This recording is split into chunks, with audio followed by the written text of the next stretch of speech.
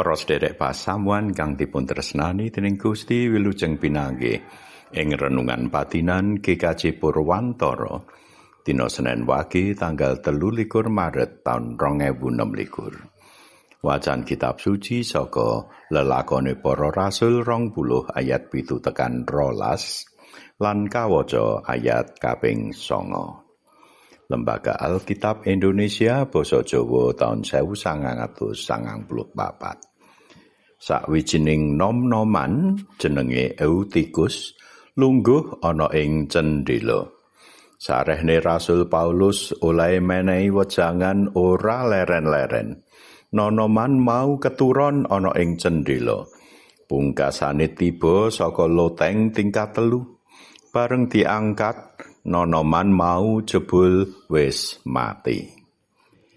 Para sedherek ingkang rahayu kang nampa sabda pangandika lan ngestokake ing uripe. Hosiana. Amin. Jejer renungan patinan dina iki keturon nalika kumpulan pasamuan. Keturon nalika ana ing kumpulan pasamuan iku sejatine ya lumrah wae. Malah ana sing ngarani menawa iku berkah. Bisa leren, bisa ngaso, apa maneh berkah iku kaparingake dening Gusti marang wong sing ditresnani nalika pinuju turu. Mangkono pangandika ing Jabur Mazmur 117 ayat 2. Tegese pinerkahan iku dudu amarga woing penggawe utawa pakaryaning manungsa, nanging peparinge Gusti. Senajan lagi turu ya tetep kaparingan berkah. Para sedherek ana lelakon ing wacan kitab suci dina iki salah siji nom-noman kang jenenge Eutikus kang keturon nalika Rasul Paulus. Sewengi natas ora leren-leren anggone paring wejangan. Tumiba saka lungguhane ing cendhela loteng tingkat 3, bareng diangkat wis mati.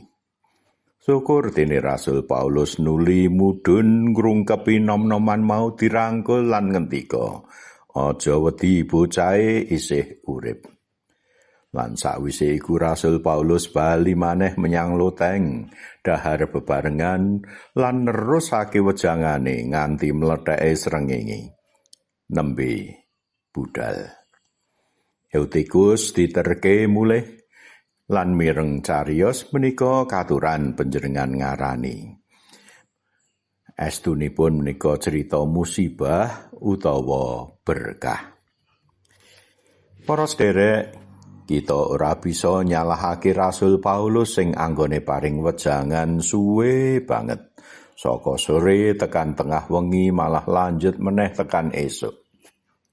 Kita uga ora bisa nyalahake Eutikus, bocah nom sing lungguh ana cendhela loteng tingkat 3, keturon lan tiba glebak nganti mati.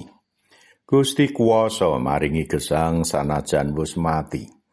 Nanging luwih becik menawa aja nganti keturon nalika kumpulan. Rak nggih mekaten to. Luwih begja sing tangi lan jumaga. Amin. Tuntunan kanggo nyuraos.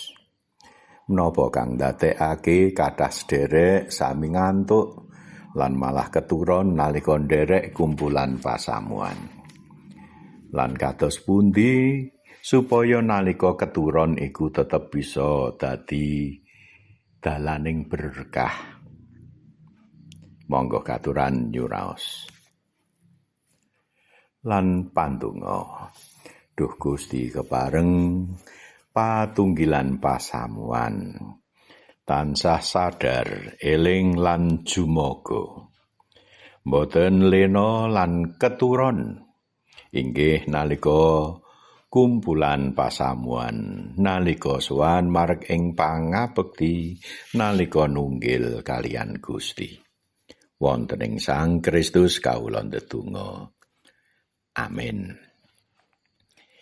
Para sedherek mekaten renungan patinan mugi Gusti paring berkah dhumateng kita. Amin.